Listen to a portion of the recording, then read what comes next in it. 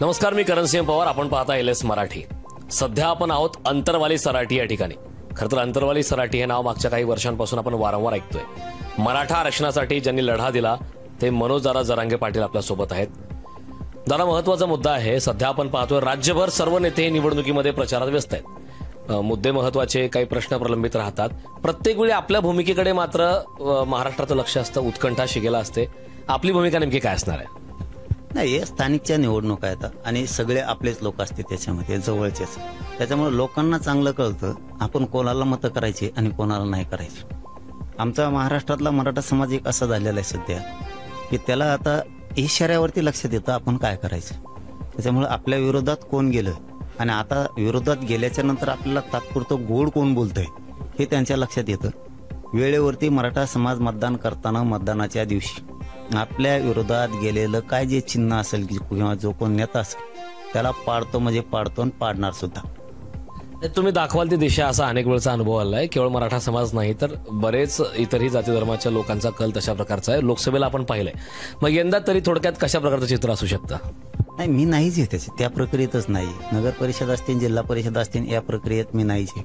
कारण स्थानिकचं राजकारण आहे. परंतु स्थानिकचं जरी असलं तरी समाजाच्या लेकराबाळांना जे मुख्य आरक्षण लागतं किंवा जे आपले मुख्य विषय असतात याला आडवं कोण पडतं, कोणचा पक्ष पडतो किंवा कोणचा जिल्ह्यातला नेता पडतो आडवा, हे लोक लक्षात ठेवतात. आता जरी मतदानाच्या वेळेस तो कितीही गोड बोलला तरी पण मराठ्यांचे लोक पूर्वीचा आपल्या लेकराला आरक्षण मिळू नये म्हणून विरोध केलेल्या पक्षाला किंवा नेत्याला मतदानाच्या दिवशी वाचपा काढल्याशिवाय गप्प बसत नाही. तेच मराठा आहे. मध्यंतरी एक मुद्दा समोर आला होता. अत्यंत गंभीर मुद्दा होता की आपली हत्याचा कट रचण्यात आला होता वगैरे. त्यानंतर आपण कारवाई संदर्भात पोलिसांची सुद्धा चर्चा केली होती. त्याचं पुढे नेमकं काय झालं? पोलिसांकडून काय आश्वासन मिळालं? नाही, मी नाही कोणा मी विचारलं नाही. मी SP साहेबाला आमच्या फक्त सांगितलं होतं की असं असं घातपाताचा विषय आम्हाला कळाला आहे. त्यांच्या कानावरती टाकलं. त्यांनी अटक केल्यात, आणखीनही करतील.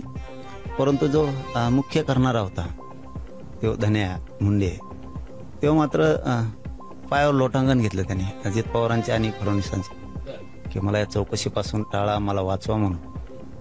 हे प्रयत्न चालू आहेत त्याचे. बघूयात अजित पवार किती दिवस वाचवतील किंवा देवेंद्र फडणवीस किती दिवस वाचवते. तिकडच्या कोर्टातनं असा आरोप होतो की हे ठरवून केलं गेलंय किंवा हे असं काही नाहीच कार्यकर्ते, असंही म्हणलं. चल ना मग नार्को टेस्टला. मी तर उरकून बसलो किती दिवसाचा. चल की नार्को टेस्टला चल ना, लपू नको. त्यासले बयासारखं वागायचं नाही, मर्दासारखं वागायचं. नार्को टेस्टला चल. तुम्हाला नार्को टेस्ट करायची, ब्रेन मॅपिंग करायची म्हणलं ना, चल. जातवान एका बापाचा असेल ना तो नार्को टेस्टला येईल. आपण अस्सल एका बापाच्या अवलाद नार्को टेस्टला तयार आहे, चल. इथं त्यांची ती पोटदुखी नाहीये. नार्को टेस्टला यायला त्याला हिंमत लागते, जातवान असायला लागतं तेव्हा नार्को टेस्टला येते. त्यांची सगळ्यात मोठी पोटदुखी काय, त्यांचा खूप वट होता आणि ते सगळा कचरा केलाय आम्ही. त्यांच्या गुंडगिरीचा, दादागिरीचा, त्यांची जी दहशत होती, जे पैसे कमवायची पद्धत होती त्यांची, जी सरकारच्या तिजोरीची लुटमार, गोरगरिबांच्या पैशाची लुटमार, कारखानदार लोकांकडून पैसे आणायचे आणि ते वापर द्यायचे नाही, ही लुटमार. लोकांचे प्लॉट बळकायचे, कुणाच्या जमिनी बळकायच्या, दादागिरीनं निवडून यायचे, ही जी त्यांचा कचरा केलाय ना त्याच्यामुळे सगळ्यात जास्त त्यांचा जो वट होता ते उठला ना, तेव्हापासून ते असे पुरे पागल झालेले. कारण नीट कामं करावं लागते तेव्हा आपला वट राहत असतो. तुम्ही असं लोकांना छळलं, वट नसतो राहत तर कचरा होत असतो, आणखीन लय कचरा होणार. दादा, एक प्रश्न पडतो की समाजासाठी आपण इतका संघर्ष केला, अगदी शिवबा संघटनेपासून आपण कार्य करताय, आपण पाहतोय, महाराष्ट्र पाहतोय. आता हत्येचा कट रचण्यात आला, इतका गंभीर मुद्दा, हे का करावं असं का वाटलं असेल? यामागचा अंदाज काय? तेच आम्हालाही वाटलं की ठीक आहे, एखादा माणूस पडत असतो, तुम्ही आमचे पाडता, आम्ही तुमचे पाडू, वैचारिक भाषणं, वैचारिक मतभेद सुरू असतात, हे करायलाच पाहिजेत, करा. पण तू इतक्या टोकाला गेला की घातपात घडून आणणार. आणि मी एवढं सोपं आहे का? तो माझा घातपात करणार. आत्तापर्यंत हे बघा, आपलं जे लोकसेवा चॅनल आहे ना त्या माध्यमातून सांगतो मी की त्यांनी इथून मागं 25-30 वर्षात काय केलं हे आत्तापर्यंत कोणालाही मेळ लागलेला नाही. आणि ते इथून पुढं काय करणार आहे ते सुद्धा मेळ लागलेला नाही. ही सत्य आहे. परंतु ही पहिली घटना आहे की त्यांना काय करायच्या अगोदर आम्हाला माहीत झालं, म्हणजे त्यांच्या लक्षात आलं आपलं सुद्धा नेटवर्क आणि आपलं सुद्धा हात खूप लांब आहेत. इथंच ते संपलेले आहेत. आणि काय करावं हे पण महत्वाचं आहे. एखादा माणूस जर एखाद्याला हरत नसला ना, तर माणसाने एखाद्या जातीसाठी किंवा एखाद्या समाजासाठी असं लढायला पाहिजे, ती समाज जिंकण्यासाठी. जसं की मी माझा समाज जिंकण्यासाठी असा जिद्दीनं लढलो की कोणात ताकद न राहिली मला हरवायची, कोणी प्रयत्न सुद्धा नाही केले मला हरवायचे. त्यांना शेवटी घातपात करायचे हे कटच आमच्या शत्रूला शिजावं लागले. हरवायचा प्रयत्न नाही करू शकले ते, आणि कटच रचण्यात आला पाहिजे माणसाविषयी. हरायची धमक नाही पाहिजे कोणात. समोरच्याने आपल्याविषयी कटच रचले पाहिजेत. इतकं जिद्दीनं काम करायचं असतं, आणि ते आपण करून दाखवलं. टप्पर नाही कोणाची आपल्याला हरवायची, प्रयत्न करायचे सुद्धा नाही टप्पर. मग शेवटी मग हे चाळे गोळ्या औषधं कुडण शेळ्याच्या लेंड्या घेऊन पळत आहे आता इकडे तिकडे, याला गोळ्या औषधात घाली. म्हणजे हे नाही का त्याला काय म्हणूयात आपण बघा, ते असते लिंबू, ते त्याला काय म्हणतात, काहीतरी म्हणतात ते अंधश्रद्धा. हा, त्याच्यात वागायला या आता. कोणत्या युगात जगतंय, पागल झालं ते. आमचे लोक खूप इज्जत करायचे त्या समाजात, खूप. पण हे असले नासके लागले त्या समाजाला. लोक आता समाजाचे त्यांच्या यांच्यामुळे इज्जत करीना. दोषी हे होय फक्त. एवढा मोठा चांगला समाज त्यांचा, यांच्यामुळं लोक त्यांच्या समाजात सुद्धा इज्जत करीना. ह्या समाजाने यांच्या हे असले सांभाळायला पण नाही पाहिजे, अजिबात सांभाळायला नाही पाहिजे. दुसरे उभा करावत त्यांच्याच जातीचे, परंतु हे असले नासके पूर्ण बाजूला काढले पाहिजे. आणि ती माया नदीला काय चालला. मी एवढा सोपा आहे होय बेटे. दादा, आता तुम्ही महत्वाचा विषय काढलात की समाजामध्ये ज्या प्रकारचा द्वेष निर्माण होतो. अगदी विशेषतः बीड जिल्ह्यामध्ये ही चर्चा राज्यभर होते. मराठा विरुद्ध वंजारी असं खूप ऐन राजकारणाच्या समोर, निवडणुकीसमोर हा मुद्दा उपस्थित होतो. गाववाडी वस्ती तांड्यावरती खूप मोठा संघर्ष होतो. हे नेमकं कमी होण्यासाठी कुठल्या प्रकारची पावलं उचलणं आपल्याला आवश्यक वाटतं? नाही, मराठा वंजारी नाहीच. मराठा वंजारी किंवा मराठा ओबीसी वाद नाहीच. ही ठराविक जातीची ठराविक लाभार्थी टोळी आहे फक्त. ओबीसी मराठा किंवा वंजारी मराठा हा पूर्ण वादच नाहीये. ही एक लाभार्थी टोळी. यांना ते केल्याशिवाय यांचं राजकीय अस्तित्व टिकतच नाहीये. मग ते येवल्यापासून परळीपर्यंत हे सगळ्यांचं यांचं टार्गेटच आहे. आपण ओबीसी फक्त म्हणायचं, त्याच्याशिवाय आपली पोळी भाजणार नाही राजकारणाची. कोणचे ओबीसी देणं घेणं यांना. हे जर ओबीसीचे नेते किंवा मराठा ओबीसी वाद म्हणू आपण, तर कोणच्या पुढं छगन भुजबळ स्वतःला ओबीसीचा नेता मानतो. कुणी मागितलं धनगराला आरक्षण एसटीतून? मागितलं का त्यांनी एखाद्या? मग कोणच्या ओबीसीचे माय आहे? कोणचा मायक्रो ओबीसीचा माणूस एखादा अर्धा यांनी मोठ्या पदावरती उभा करून आणलाय? कुणीच नाही. हे 2-3 जणच खातेत, आणि ओबीसीच्या नावाखाली सगळा ओबीसी वरबडला जातो. हे त्यांच्याही लक्षात आलं, आणि आमचा तो वाद नाही, अजिबात नाही. ही एक टोळी आहे, आणि हिला संपुष्टात आणतो आम्ही. बरं, हे असा प्रचार केला जातो, आपण जी टोळी म्हणताय की वेगवेगळ्या प्रकारच्या अफवा पसरणं, याला जनता बळी पडते का? सामान्य जनता, कारण बीडचा अभ्यास आपला खूप मजबूत आहे. सामान्य जनता कुठे ना कुठे याला बळी पडते, त्याचे परिणाम होत असतीलच ना.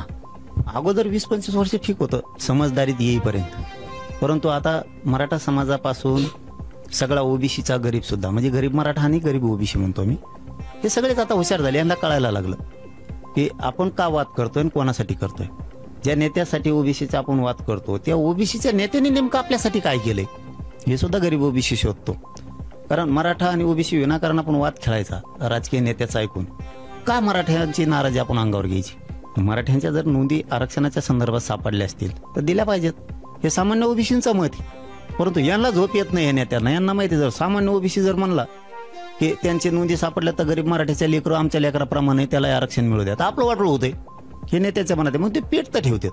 पण ते आता तुम्ही बघत असताना ते किती इजलंय. आता जिथं आमच्या घोंगड्या बैठका झाल्या, इथं यांच्या सभा होत्यात, त्यामुळे त्यांची अवकाश त्यांच्या लक्षात आली. आता हे जे घडतंय सध्या कटकारस्थान किंवा इतर बऱ्याच गोष्टी, ज्या प्रकारचं राजकीय षड्यंत्र म्हणा, याला कुठं ना कुठं पक्षाचे वरिष्ठ नेते पाठीशी घालतात असं आपल्याला म्हणायचंय का?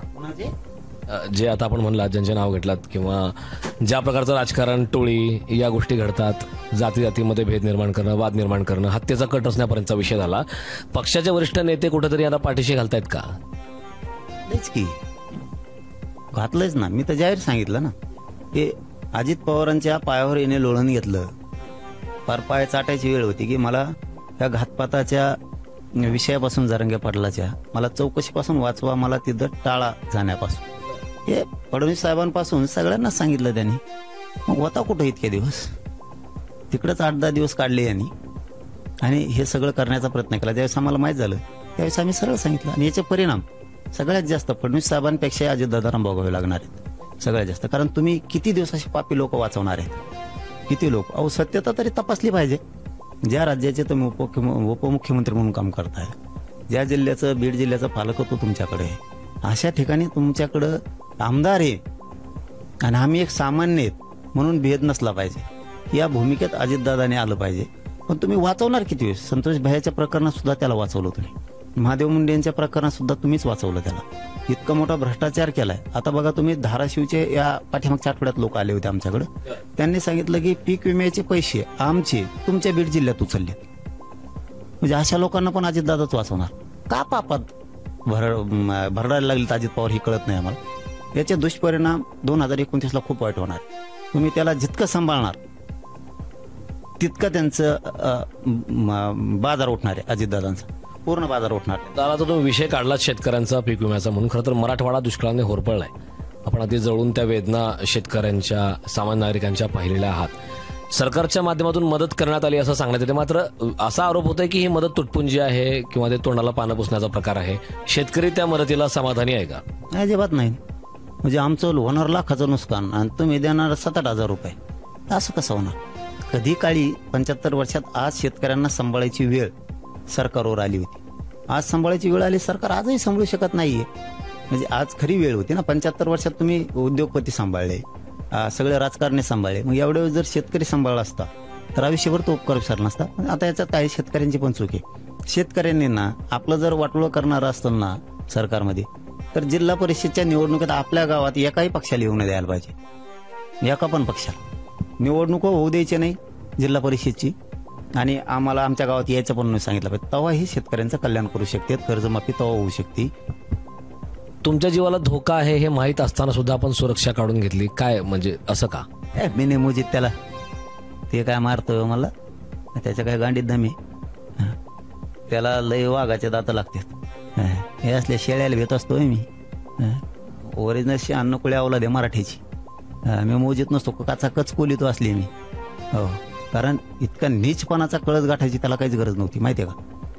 वैचारिक लढाई, मी तुम्हाला सुरुवातीलाच आपल्या मुलाखतीच्या वेळेस सांगितलं की वैचारिक मतभेद असतात, भाषणं करा, वैचारिक चालू असतं. आपण एकमेकाला विषयी बोला. तुम्ही आमचे पाडा, आमच्यात दम असला तर आम्ही तुमचे पाडू. तू मारण्यापर्यंत चालला आणि ते बी तू गुपित डाव करणार. कुठं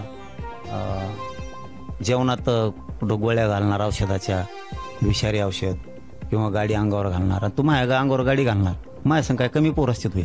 त्या गाडी घालणाराचा भोगा नाही व्हायचा का सगळा? आणि एकदा कळाल्यावर तोच केलं राहीन का कुणी कुकू लावायला पुन्हा? तू एवढं कच्चं समजतो का आम्हाला? हे मराठी आहेत. फक्त हे शांत काय आहेत की आम्हाला शांतता ठेवायची, शांतता राहिली पाहिजे. याच्यामुळं गोरगरीब वंजारी समाजाला किंवा गोरगरीब मराठा समाजाला किंवा गोरगरीब ओबीसी समाजाला का त्रास? याच्यामुळं याला मी खेळतो ना. याच्यात काय किती दम आहे आम्हाला चांगला माहिती.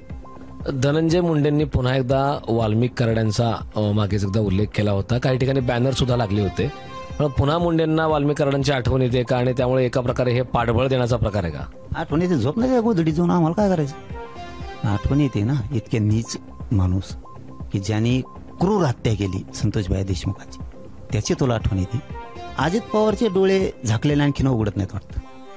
अजित पवारचा पक्षाचा बाजार उठवतील लोक आणि मग त्यांच्या लक्षात येईल की आपण लय चुकीचा माणूस जवळ धरला.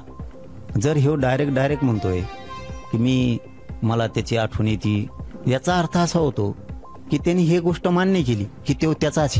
इथून मागच्या केलेल्या हत्या सगळ्या, इथून मागचे केलेले 300-700 विषय, इथून मागं हडप केलेल्या सगळ्या जमिनी, जे काय प्रकरण तिथले विकासाचे कामं सगळे हडप केलेले, ही गुन्हेगारीची जी टोळी त्यांनी वाढवली त्या आरोपीनं. मग याला जर त्याची आठवण येते तर एक गोष्ट लक्षात घ्यायला पाहिजे, त्यांच्या समाजातल्या लोकांनी सुद्धा आणि सगळ्याच महाराष्ट्रातल्या जनतेने सुद्धा हे गुंडगिरीच्या जीवावरच लोकांचे संसार उद्ध्वस्त करत होते. असले माणसं कलंक आहेत. आणि तो बोलला कोणाच्या सभेत? पंकजा मुंडेच्या. बोलताना कुठं बोलला तो इतकं मूर्खपणाचं काम करतोय बोलताना सुद्धा. ह्यो विषय बोलला पंकजा मुंडेच्या सभेत. म्हणजे पंकजा मुंडे सुद्धा डोळ्यावर आली पाहिजे, ती पण संपली पाहिजे. ह्यो तर संपला, याला बुडायचंय, पण तिला घेऊन बुडायचंय. आता तिच्या सभेत बोलतो, तुपल्या सभेत बोलला का तू? नाही. ह्यो सुद्धा षडयंत्र आहे की ती सुद्धा याच्यात ओढायची. तेच त्यांच्या गडावर कुठं मेळावा झाला होता, ते दसरा मेळावा, हा, त्या तिथं सुद्धा यांनीच फोटो घेऊन लोक पाठवले होते त्या आरोपीचे. बदनाम कोण? सभा कोणाची? पंकजा मुंडेची. तिथं बदनामी म्हणजे लोकांच्या नजरेतून पंकजा मुंडे कशी पडल याचा पुरेपूर फायदा तो उचलतोय आणि त्याला नेता म्हणून अजित पवार जवळ घेऊन बसतोय. म्हणजे अजित पवार पण वाजणारच. अजित पवारांना नाही कळत नाही का, आमचं आणि अजितदादांचं जरी वैचारिक काही मतभेद असतील आरक्षणाच्या संदर्भात किंवा सरकार म्हणून, सरकारलाच भांडावं लागतं आम्हाला, ते सरकारमध्ये येत म्हणून आम्ही त्यांना भांडतो, ती विषय वेगळा. परंतु इतक्या वाईट प्रवृत्तीचा माणूस अजितदादाने आता तरी थांबायला पाहिजे त्याला, आणि त्याला बाजूला करणं गरजेचं आहे. नसतं अजितदादांना 2029ला लोक विसरणार नाहीत. खूप वाईट जरा त्यांच्या काही प्रतिक्रिया आल्या होत्या पक्षाकडनं अधिकृत की आम्ही राजीनामा द्यायला सांगितला मंत्रिपद, हे एका प्रकारे कारवाईचं असं त्यांचं म्हणणं असतं, बाजूला केला आपण असं म्हणत. हे तुम्हाला पटतंय का? समाधान आहेत का यावरती? मी म्हणतो पण का इतकी चांगली प्रतिमा तुमच्या राष्ट्रवादीची आहे, तुमच्याकडे इतके चांगले लोक आहेत, तर का ये घाण का? तुमची एखादी स्वच्छ चारित्र्याची सगळ्यांची बैठक बसली मोठी कोर कमिटीची किंवा तुमच्या नेते मंडळीची राष्ट्रवादीच्या, त्याच्यात जर एखाद्याचा काय म्हणते त्याला एकदम घाण वास येतोय, सगळ्याला नाक दाबून बसण्यापेक्षा बैठकीला घाण कोणी शोधा त्याला बाहेर काढा जरा दाराच्या बाहेर, मग तुमची बैठक जरा व्यवस्थित होईल ना. नाक दाबून तोंड दाबून तुम्ही बळच बोलणार तरी वास येणारा घाण माणूस तिथंच बसलेला आहे तरी पण, आणि तरी तशीच बैठक सुरू आहे. म्हणजे स्वच्छ लोक तुम्ही तरीही तुम्हाला डाग लावून घेताय आणि याचा वास तुम्हाला बी यायला लागला, मग येणारच 100%. त्याच्यापेक्षा करा की लांब उताला. महाराष्ट्र केवढा आहे, जनसागरासारखा आहे ना, उताला नाही. 100 बळकरी एक आहेत ना ओबीसीचे नेते, आणखीन 4 मोठे करा दुसरे. दादा एक महत्वाचा प्रश्न की फडणवीसांवरचा राग अद्यापही मनात आहे का, कसं आहे? हे बघा, त्यांचं ना आमचं काय असं वैचारिक वैर असं म्हणजे वैर असायचं काही कारण नव्हतं. जी घटना त्यांनी करायला नको होती ती केली. जशी तुमची लेक आहे घरात, जशी तुमची आई तुमच्या घरात, तशीच आमच्याही घराने आई आणि लेक या. तुम्ही आमच्या आईवरती लेकीवरती पोलिसाचा बळाचा वापर करून चिंताड्या करून टाकल्या, गोळ्या घातल्या त्यांना. कोण विसरल? कोण विसरण? या पृथ्वी तलावर क्षत्रिय मराठा नाही विसरू शकत. कोण हिंदू विसरल?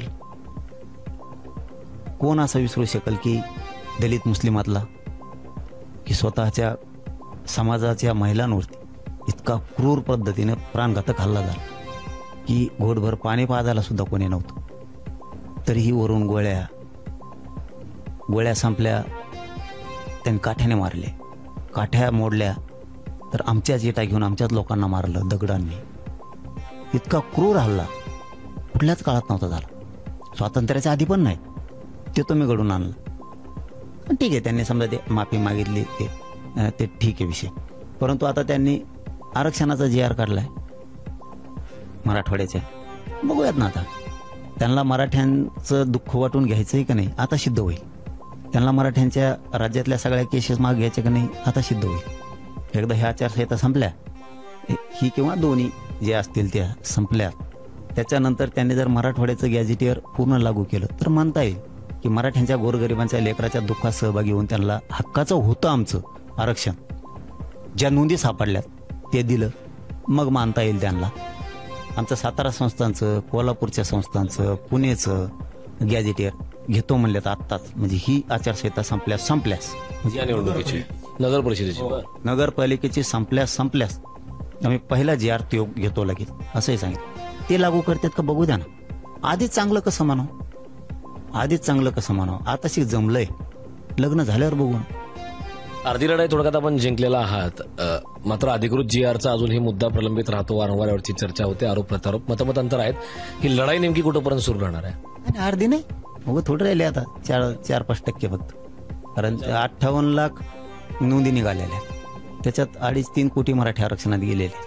कोणाला काय म्हणायचं तर म्हणू द्या, आमच्याकडे सरकारचं प्रोसिडिंग आहे 58 लाख नोंदीचं, सरकारनं अधिकृत दिलेलं आहे आम्हाला. त्याच्यामुळे कोण काय म्हणते त्याशी आम्हाला देणं घेणं नाही. माझ्या समाजाला रोज फायदा होतोय ते आमच्यासाठी महत्वाचं आहे. माझा समाज काय म्हणतोय ते माझ्यासाठी महत्वाचं आहे. दुसरा काय म्हणतो ते माझ्यासाठी महत्वाचं नाही, निघाल्याचं नाही, समाजाला काही फायद्याचं नाही. माझा समाज समाधानी तेच माझ्यासाठी, माझ्या समाजाचे लेकर आनंदी आहेत ते माझ्यासाठी महत्वाचं आहे. आता मराठवाड्याचा जे पण काढला त्यामुळे मराठवाडा आरक्षणात गेलाच म्हणून समजायचं, आणि मी घातल्याशिवाय सोडत नाही 1 वर्षाच्या आत. पुरे मराठी 1 वर्षात तुम्हाला आरक्षणात दाखवतो हो, आणि पश्चिम महाराष्ट्र पण पूर्ण घालणार. झाला गेला 100% महाराष्ट्रातला मराठा समाज आरक्षण. तर ह्या निवडणुकीच्या नंतर, आचारसंहिताच्या नंतर आपल्याला तो शब्द देण्यात आलेला आहे. आता मुद्दा हा आहे की आता निवडणुका ओबीसी आरक्षणामुळे पुन्हा एकदा पुढे ढकलण्याचा डाव दिसतो असं वाटतंय का? जिल्हा परिषद निवडणुका पुढे जातील का परत? नाही, मला एक नाही कळत. बरं झालं गाड्यानं असा प्रश्न विचारला तुम्ही, चांगला प्रश्न विचारला तुम्ही, की जे आता जे जिल्हा परिषदचं सुप्रीम कोर्टात सुरू आहे की आरक्षणाचा विषय, आम्हाला आधी नव्हतं माहीत, पण हे माहिती झालं आता की आम्हाला म्हणते ती बोगस कुणबी प्रमाणपत्र किंवा बोगस आरक्षण.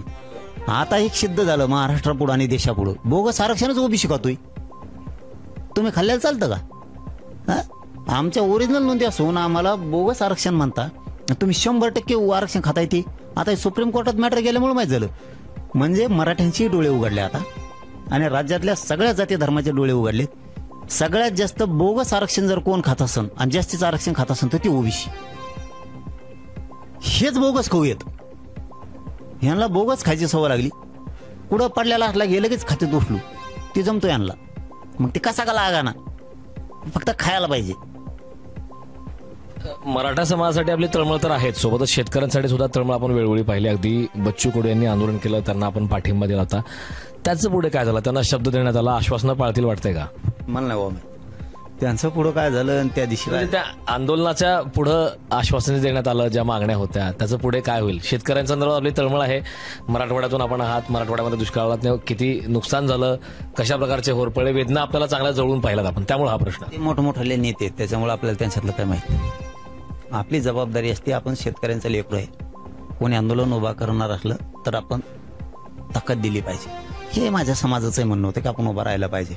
आणि मी प्रत्येक वेळेस बच्चू कडून ज्या ज्यावेळेस आंदोलन ठेवतील त्या त्यावेळेस मी आणि माझा समाज कायम पाठीशी उभा राहतो. परंतु आता ते अर्ध्यात गेल्यावर काय होतंय हे मला नाही माहीत. आम्ही सुद्धा आंदोलनाची तयारी केलीच होती, आणि मी असं आंदोलन करतो एकदा करायला लागल्यावर. मला बाकीचं माहीत नाही काय आहे ती. शेतकऱ्यांची कर्जमुक्ती देईन म्हणली होती तुम्ही, आणि ती लगेच पाहिजे ते सांगू नको मला. तो सरकारजवळ पैसे आहेत का नाहीत, का तुमच्यावर कर्ज झालंय का, खडखडाट आहे का काय, तुमची तिजोरी तिकडे काडी लावायची ते मला माहित नाही. कर्जमुक्तीच द्यायची. माझ्या शेतकऱ्यांचं नुकसान झालं ना, मला 100% भरपाई पाहिजे. या भूमिकेवर मी उतरतो. पीक विमा भरला ना माझ्या शेतकऱ्यांनी, द्यायची जबाबदारी सरकारची पण कंपनी, त्यांच्या बापाची पेंड आहे कंपनीवालीची. पैसे घ्यायला गोड लागतात. पीक विमा कोण द्यायचा? त्याच्यावर ते ट्रिगर बसवलेत घेण्या देण्याचे. कशामुळं का उठवत नाहीत ते? आता सगळे रानं वाहून गेलेत, पिकं सरलेत. आता 100% नुकसान द्यायचं. जनावरं वाहून गेले, घरं वाहून गेले, आणि मग हे कधी द्यायचं? आम्ही ठेवली होती, पण ते आता तिकडं आंदोलन उभं राहिलं नागपूरला. मग आता शेतकऱ्यात तरी 2 गट दिसून आहे. आम्हाला शोभलं नाही, नको म्हणलं आपण त्याच आंदोलनाला बळ देऊ. पण आता त्यांना सांगितलंय तिकडं हे देतो आम्ही म्हणून पुढच्या वर्षी ती कर्जमाफी. आता पुढच्या वर्षीच म्हणायला लागेल ना त्याला. जूनमध्ये गेलं म्हणजे 2025 मध्येच गेलं, 26 मध्येच गेलं ते आता. त्यामुळे ते पुढच्या वर्षीवरच गेलं. लागली काडी. शेतकऱ्यांची सरकारनं बरोबर काढी लावली. आंदोलकाला फसवलं असं नाही म्हणणार मी. सरकारने त्यांचा डाव साधला, आणि फडणवीस डाव साधायला बरे येत. जिथं वाटोळ होईल तिथं बरोबर तोंड घालणार. ते वाटोळ करणार म्हणजे करणार. त्यांना यांनी वस्तात व्हायला पाहिजे होतं शेतकऱ्याच्या आंदोलनात. परंतु आता ते गेलं पुढं. तसं आम्ही बावनकुळे साहेबाला बोललोत, कृषी मंत्र्यांना नाही बोललोत, बघा मार्चमध्ये अलीकडे येता आलं तर बरं होईल. कारण तुम्ही जूनमध्ये घेणार, मग मध्ये आता मार्चमध्ये वसुली असती, पुन्हा वसुली मागा लागणार. आता एक म्हणणं आहे आमचं आपल्या चॅनलच्या माध्यमातून मुख्यमंत्र्यांनाच, तुम्हाला आहेच ना माया आता शेतकऱ्यांची जूनमध्ये कोणा माफी करणारच आहेत ना तुम्ही. ठीक आहे, मग आता एक काम करा. आता जे बँकावाले कर्ज मागायला येणार आहेत ना शेतकऱ्याकडं, त्यांना एक आदेश काढा ना, बँकावाल्यांनी महाराष्ट्रातल्या शेतकऱ्याकडे कर्ज मागायला जायचं नाही. जूनमध्ये आम्ही तुमचं कर्ज देणार आहेत, बँकावाल्याला सांगाव. आणि दुसरं, ते कर्ज फिटल्याच जमा आहे शेतकऱ्यांचं. म्हणजे आता दुसरं पण देण्यात यावं, ते पण आवडू नये बँकावाल्याने, हे पण सांगितलं पाहिजे. अर्धवट सोडू नये. बघूयात म्हणलेत, बघूयात. बावनकुळे साहेब तर म्हणले बघूयात म्हणे आपण मार्चपर्यंत जर काही प्रयत्न करता आले तर अलीकडे येऊ. तर एक शेवटचा प्रश्न, मराठा समाजासाठी आपण संघर्ष करताय, न्याय देण्यासाठी खूप आपले प्रयत्न अवघ्या महाराष्ट्राने तर देशाने पाहिलेला आहे आणि आपल्या एका आदेशानुसार लाखो मराठा समाज बांधव मुंबईमध्ये आले आणि ज्या प्रकारचं आंदोलन आपण पाहिलं. मात्र याच दरम्यानच्या काळात अनेक दुर्दैवी घटना घडतात. काही मराठा युवकांनी आत्महत्या सुद्धा केली. आपण एक मराठा समाजाचे नेते, आंदोलक म्हणून त्या मराठा युवकांना काय आवाहन कराल? मी लय तळतळीने सांगितलं त्याही वेळेस आज पण सांगतो, तुम्ही आत्महत्या नका करू राव. मी आज एवढा संघर्ष करतो, एवढा जीव जाळतो, मी रातपाट एक करतोय, मी 20-22 वर्ष झालं करतोयच. परंतु मी ही एवढी जीवाची जी राखरांगोळी करून घेतली ना ह्या 2 वर्षात, फक्त समाजाचे लेकरं सुखी समाधानी राहावेत म्हणून. आणि तुम्ही आत्महत्या जर केली पोरांनी, काय उपयोग होते आरक्षण मिळून? आरक्षण घेणारेच जर राहिले नाही तर त्याच्यात काय अर्थ नाही. मी वारंवार सांगतो आणि माझं इथून पुढंही म्हणणं आहे, मी जिवंत आहे तोपर्यंत मी मराठ्यांना कसला डाग लागू देत नाही. तुम्हाला कायम आनंदी राहताल ह्याच गोष्टी देत राहील. पिढ्यांना पार चंद्रसूर्य आहे तोपर्यंत राहतील अशाच विषय देतोय मी. आता तुम्हाला चंद्रसूर्य आहे तोपर्यंत आरक्षण राहणार आहे, त्या आरक्षणाविषयीच देतो. तुम्ही फक्त आत्महत्या करू नका. या वर्षीचं पुढच्या वर्षी होईल. जर काही मार्क पडले पुढच्या वर्षी लढू, पुन्हा शिका डबल. मरून काय होणार? अरे आपल्या आईबाप उघड्यावर पडतात, पोरगा असेल तर. आणि जर त्याचं लग्न झालेलं असेल तर लेकरं बाळ बायको उघड्यावरती पडते. पुढच्या वर्षी बघू ना. यंदा हुकलं धोको दी, पुढं बघू. आता पुन्हा मी आरक्षण तर दिलंच, आता दिलं तर जमा येते, ते काय आता घालणारच मी मराठी आरक्षण. आता व्यवसायाकडे पण समाजाला वळायला लागलो मी. 1 कोटी मराठा जवळपास आम्ही एकत्र करायला लागलो आणि त्या माध्यमातून आम्ही दरवर्षी 4-5 हजार पोरं तरी व्यवसायाला लागले पाहिजे. आता पोरांनी समाजाने व्यवसायाकडे वळणं खूप गरजेचं आहे. काही नोकऱ्यात जाते, काही शिक्षणात जाते, काही जण व्यवसायात जाऊ. हे सुद्धा आता आम्ही टार्गेट उभा करायला लागलो. आम्ही कालच्या 24 तारखेला बैठक घेतली.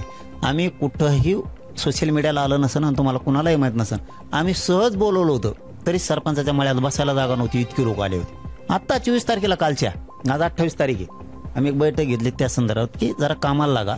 गल्ली गल्लीत 2-2, 4-4 मराठा सेवक म्हणून जोडा. हे पूर्ण राज्यभर करा म्हणून सांगितलंय. पहिल्यांदा 1-1 होता गावात मराठा सेवक, आता गल्ली गल्लीत 4-4 करा, जेणेकरून आपल्याला ही मोठी फळी उभा करून आपल्याला समाजाला आता व्यवसायाकडे वळवायचं. आणि संकट पण असतात, त्यांचे संकट आम्हाला कळतील, आमचं आलेलं त्याला कळलं. एकमेका सुखदुःख कळालं पाहिजे. कोणत्या मराठा सेवकाला कोणचा आमदार त्रास देतोय का हे आम्हाला माहीत व्हायला पाहिजे. कोण मंत्री देतोय का हे आम्हाला माहीत व्हायला पाहिजे. म्हणजे मग आम्हाला त्याचा बाजार उठवायला. एखादा आमदार निवडून आल्यावर माजलेवून करतो, मराठा सेवकाला त्रास देईल, आमच्या गावातल्या तालुक्याच्या मराठा सेवकाला देईल, त्याचा माज उतरायला आम्ही समाज खंबीर आहेत ना राज्यातले. आम्हाला माहीत होणं गरजेचं आहे. मराठा सेवकाच्या नादी आमदार, खासदार, मंत्री लागला त्याचा कार्यक्रमच लावतो आम्ही. म्हणून आता तीही गरजेचं आहे. लेकी बाळींवरती बी मोठे भयंकर अत्याचार होते, जसं की मालेगावला झालं तसं. त्याच्यासाठी आपण एकत्र असलं पाहिजे. शेवटी काय असतं बघा, लेकबाळ ही लेकबाळ असते. ती कोणत्या जातीची आहे आपल्या त्या मालेगावला झालेली, त्यापेक्षा तिला जात कळण्याच्या अगोदर, तिला हे जग कळण्याच्या अगोदर, तिचे स्वप्न पूर्ण करण्याच्या अगोदरच तिच्यावर बलात्कार करून जर मारलं जातं, आपण कुठं जात घेऊन बसताय? त्या लेकीच्या पाठीशी उभा राहणं आपल्या राज्यातल्या मराठा समाजाचं, सगळ्या जाती धर्माची जबाबदारी. त्या लेकीला न्याय मिळूसर सगळ्यांनी उभं राहायचं. मी आत्ता काल परवा चकलांब्याला मोठा सोहळा होता कीर्तनाचा, तिथंही मी लोकांना आव्हान केलं, लेकीत त्या जात बघू नका. जर आईबाप जनावरासारखे रडत असतील, भित्तीला जर टकरा मारत असतील, त्यांना त्यांची छोटीशी लेक दिसत नाही म्हणून, तर त्या आईबापाच्या पाठीवरून हात फिरवण्यासाठी आणि त्या लेकीला न्याय मिळवण्यासाठी आपण सगळा समाज जर कुटुंबाने हाक दिली ना, तर कोपरा राज्यातला बंद पाडला पाहिजे, यासाठी उभा राहायचं. आपल्याला त्या लेकीच्या पाठीशी बघा, मला आधी माहीत नव्हतं. ज्यावेळेस मी तिथे गेलो ना, त्यावेळेस लक्षात आलं किती क्रूरपणानं हत्या झाली. इतके दगड टाकले जाऊन त्या लेकीच्या डोक्यावरती, तर जमीन लेवलला डोकं झालं होतं. साधी सोपी गोष्ट नाहीये. काय बघता तिच्या जात? लेख ही लेख आहे, तिच्या न्यायासाठी आपल्याला झगडावंच लागणार आहे, हेही सांगितलं. आणि आपल्याही चॅनलच्या माध्यमातून मी महाराष्ट्रातल्या सगळ्या लोकांना सांगतो, त्या लेखीला जात नाही कळाली, त्याच्या आतच तिला मारलं गेलं, तिच्यावरती अत्याचार झाले गेले. तिला बाप कळण्याऐवजी जनता कळण्याऐवजी हे विश्व तिने बघण्याच्या अगोदरच किंवा तिला ती समज येण्याच्या अगोदरच तिला मारून टाकलं गेलं तिच्यावर बलात्कार केला गेला आणि इतक्या क्रूरपणानं मारलं. त्या लेकीला न्याय दिवस तर आपल्याला सगळ्याला उभा राहणं आणि राहायचंच. दादा मुद्दे सगळे आपले पटले. अगदी शेवटी आणि विषयांतर होईल थोडासा पण एक प्रश्न होता मुंबई संदर्भातला, की आता ठाकरे बंधू एकत्र येत आहेत, याचे काय परिणाम होतील वाटते आपल्याला? मला ते नाही कळत इतकं काय अंदाज तुम्हाला? महाराष्ट्राची जाण आहे, आपण असं नाही म्हणू शकत. माझं जे वैयक्तिक मत आहे ग्रामीण भागातलं लोकांचं ते सांगतो. जे होईल ते होईल, पण त्या दोघांनी एक आलं पाहिजे असं लोकांचं म्हणणं असतं. खेड्यापाड्यात काय असतं, आता हे राहतात बांगल्यानी मोठमोठाले, यांच्या बांगल्या पडून पोलिस नीट जात नाही तर माणसाला कवा भेटायला जायचं, कोण सांगायला जाईल यांना. पण ग्रामीण महाराष्ट्रात अशी चर्चा असते ठाकरे एकत्र आले पाहिजे. यायचं ना, काय होईल? तुम्ही नाही एकत्र आला तरी पडतात. एकदा जनतेची इच्छा आहे ना एकत्र यावं, एकत्र येऊन का पडणं व्हाय ना, पण लोकांचं समाधान केलं पाहिजे या मताचा मी आहे. म्हणजे हे काय त्यांना टोमना नाही द्यायलो, त्यांना दोन्ही ठाकरेंना टोमना देऊन नाही बोलायला लागलो मी. ते राज ठाकरे असतील किंवा ते उद्धव साहेब असतील, मी टोमना देऊन नाही बोलायलो. ग्रामीण भागात काय असतं, गरीबाचे लोक एक चर्चा करीत असतात, ती नेत्याला कधीच माहीत होत नसती, ती पारावर राहते इथं आणि मग ती राज्यभर पसरलेली असते. ती चर्चा गरीब मायापाशी येतात, तुमच्यापाशी नाही येऊ शकत कोणत्याच नेत्यापाशी. गरीब डायरेक्ट आपल्यापाशी येतात काम सांगायला. त्यावेळेस त्यांची एक भूमिका असते, ठाकरे एकत्र आले पाहिजे राव. अरे पण येतच नाहीत ना, त्यांनी लोकांची भावना म्हणून एकदा यायला पाहिजे.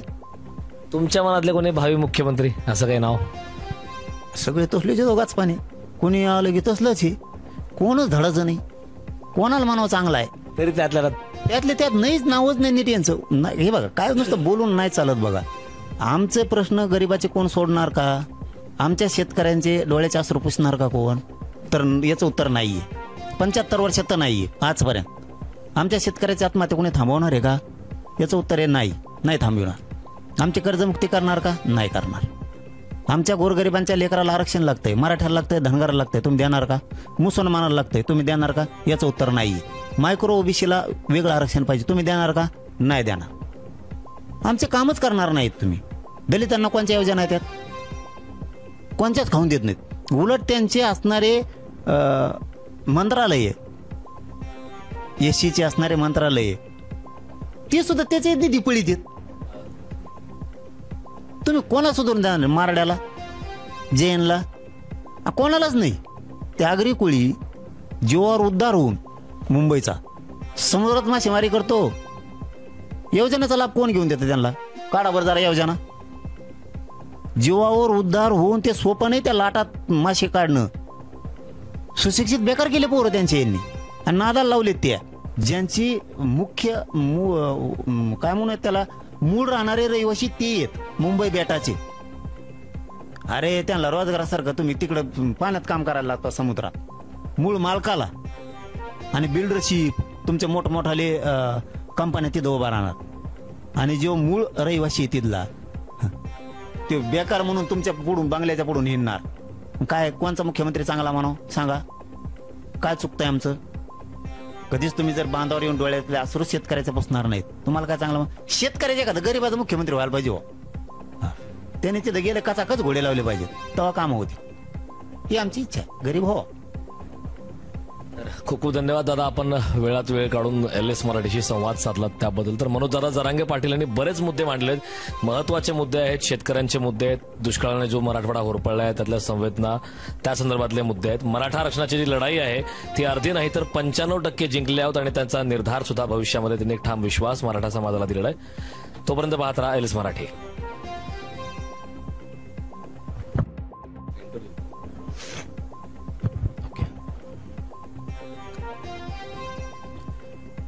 नमस्कार, मी करणसिंह पवार, आपण पाहता LS मराठी. आपण सध्या आहोत अंतरवाली सराटी या ठिकाणी आणि आपल्यासोबत आहेत मनोज दादा जरांगे पाटील.